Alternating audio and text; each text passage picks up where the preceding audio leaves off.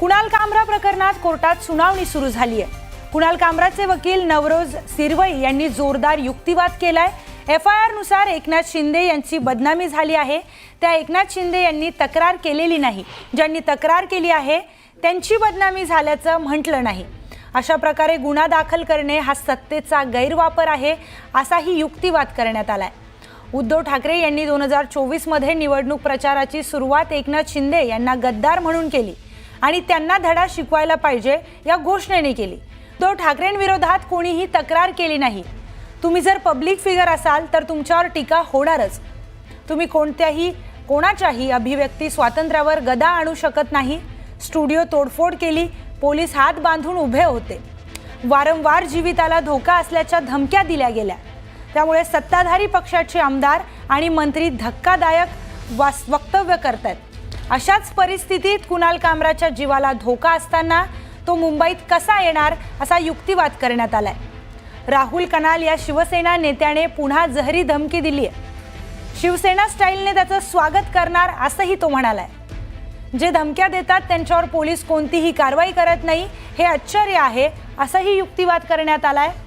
तपासात सहकार्य करायला आम्ही तयार आहोत, पण प्रत्यक्ष हजर राहिलं आणि हल्ला झाला तर त्याला जबाबदार कोण असणार असे सर्व सवाल वकिलांनी उपस्थित केलेत।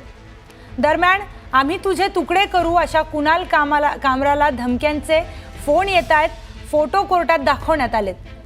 पोलिसांना धमक्यांची माहिती असताना देखील ते आम्हाला बोलवत आहेत। मुरजी पटेल यांनी कुणाल कामराला माफी मागण्यासाठी 2 दिवस दिले होते, तर अजित पवारांच्या वक्तव्याचा देखील कोर्टात उल्लेख करण्यात आलाय। फेब्रुवारी 2023 मध्ये अजित पवार यांनी देखील गद्दारांना धडा शिकवला पाहिजे असं म्हटलं होतं। अनेक शिवसेनेच्या पदाधिकाऱ्यांनी कुणाल कामरा धमक्या दिल्या होत्या। सुधीर मुनगंटीवार यांनी देखील कुणाल कामराला पकडून त्याच्या आयुष्याची कॉमेडी करायला हवी असं वक्तव्य केलं होतं। या संदर्भातील अधिक माहिती आपण जाणून घेणार आहोत आमच्या प्रतिनिधी सुष्मिता भदाणे यांच्याकडून। सुष्मिता, या संदर्भात अनेक युक्तिवाद करण्यात आलेले आहेत कुणाल कामरा याच्या वकिलाकडून, काय अधिकची माहिती आहे?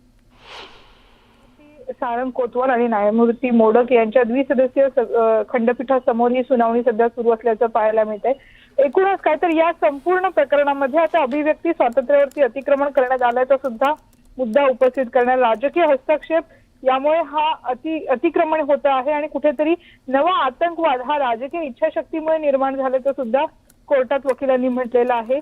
कामराच्या वकिलांनी आक्रमक युक्तिवाद करत असताना गेल्या अनेक प्रचारादरम्यान म्हणजे महायुती सरकारने गद्दार या शब्दाचा वापर कसा केला, अजित पवार यांनी गद्दार या शब्दाला वारंवार आपल्या भर सभेमध्ये कसा उच्चारण केलेलं याबद्दल सुद्धा त्यांनी म्हटलेलं आहे।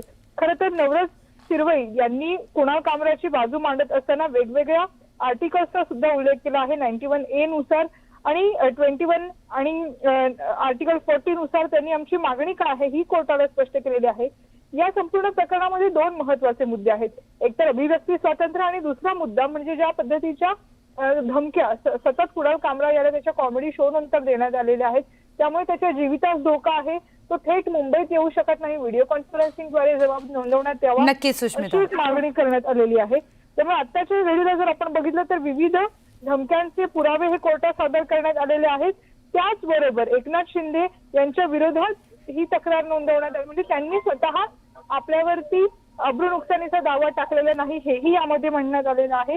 आणि ज्या पद्धतीची वक्तव्य करण्यात आलेली आहेत ती अतिशय हास्यास्पद आहेत, म्हणजे काही फोन कॉल्सचा त्यांनी रेफरन्स दिलेला आहे, त्याचबरोबर धमकी देत असताना वापरण्यात आलेल्या शब्दांचा सुद्धा उल्लेख केलेला आहे। नक्कीच सुष्मिता, धन्यवाद आपण दिलेल्या सविस्तर माहितीसाठी। कोर्टात पुढे काय घडतंय याचेही अपडेट आपण सुष्मिता यांच्याकडून घेणार आहोत।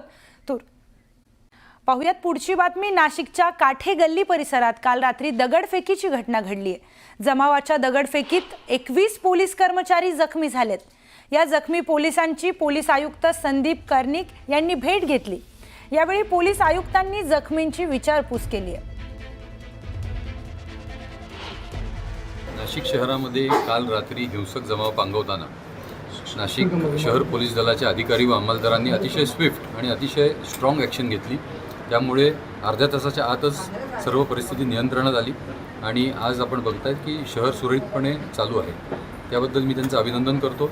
त्यातले काही अधिकारी व अंमलदार हे ह्यांना दगडं लागली, ते इंज्युअर्ड झाले. त्यांना सिव्हिल हॉस्पिटलला आपण ॲडमिट केलेलं आहे. त्यांना आपण आता बघितलेलं आहे, सगळ्यांची प्रकृती चांगली आहे आणि ते रिकवर होत आहेत. तर एकूण किती जण जखमी झाले आहेत? एकूण 21 अधिकारी व अंमलदार जखमी झालेले आहेत. दरम्यान नाशिकच्या काठे गल्ली परिसरात रात्रीच्या वेळी दगडफेकीचा प्रकार घडलाय. जमावाच्या दगडफेकीत 2 सहाय्यक पोलीस आयुक्त आणि 20हून अधिक पोलीस कर्मचारी जखमी झालेत. एका पोलीस कर्मचाऱ्याचा पाय फ्रॅक्चर झालाय, तर दगडफेक करणाऱ्या जमावातील काही जणांनी पोलिसांनी ताब्यात घेतले. 8 पेक्षा अधिक जणांना पोलिसांनी या संदर्भात ताब्यात घेतलंय. तर या दगडफेकीत 5 वाहनांचंही मोठं नुकसान झालंय. वीज पुरवठा खंडित असल्याचं पाहून समाजकंटकांनी ही दगडफेक केली. धार्मिक स्थळाभोवतीचं अनधिकृत बांधकाम पाडण्याच्या मुद्द्यावरून उडालेल्या अफवेनंतर ही दगडफेक करण्यात आली आहे. यावेळी 500 पेक्षा जास्त पोलिसांचा बंदोबस्त ठेवण्यात आला होता. मात्र मोठ्या प्रमाणावर आलेल्या जमावामुळे परिस्थिती चिघळली. पालिकेच्या न्यायालयाच्या आदेशानं अनधिकृत दर्ग्याला 1 एप्रिलपर्यंत नोटीस बजावली होती. 1 एप्रिलला ही नोटीस बजावण्यात आली होती. स्वतःहून अनधिकृत बांधकाम काढून घ्या, अन्यथा पाडकामाचा इशारा पालिकेने दिला होता. आज नाशिक पोलिसांनी परिसरातील वाहतूक मार्गातही तुर्तास बदल केलाय. याच वेळी एका दिशेने उस्मानिया चौक येथे एक गुंड लोकांचा जमाव त्या ठिकाणी याला विरोध करण्यासाठी जमला. त्यांना समजवण्यासाठी दर्ग्याचे ट्रस्टी तसेच प्रतिष्ठित नागरिक त्या ठिकाणी गेले. त्यांनी त्यांना देखील जुमानले नाही. पोलीस स्थानिक त्या ठिकाणी जे हजर होते, अधिकारी होते, वरिष्ठ अधिकारी होते, त्यांनी देखील त्यांना समजवण्याचा प्रयत्न केला, परंतु त्यांना देखील त्यांनी ऐकलं नाही.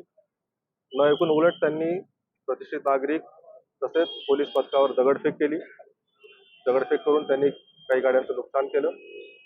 त्याबद्दल त्यांना तात्काळ नियंत्रण आणण्यासाठी सौम्य बळाचा वापर करून त्यांना नियंत्रित आणण्यात आलेला आहे. सध्या परिस्थिती पूर्णपणे शांतता आहे.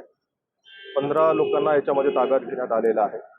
57 मोटरसायकल ज्या संशयित आहेत त्या देखील ताब्यात घेण्यात आलेल्या आहेत. दरम्यान नाशिकमध्ये दर्गा परिसरात झालेल्या कारवाईच्या मुद्द्यावरून संजय राऊतांनी निशाणा साधलाय. दर्ग्यावर कारवाईसाठी आजचा दिवसच का निवडला, असा थेट सवाल राऊतांनी उपस्थित केला. दरम्यान आमच्या शिबिराला गालबोट लावण्यासाठीच ही कारवाई करण्यात आली असल्याचा आरोपही त्यांनी केलाय. तसेच कुठे कधी काय करायचं याचं पंचांग ते घेऊन बसतात, असा टोलाही राऊतांनी लगावलाय.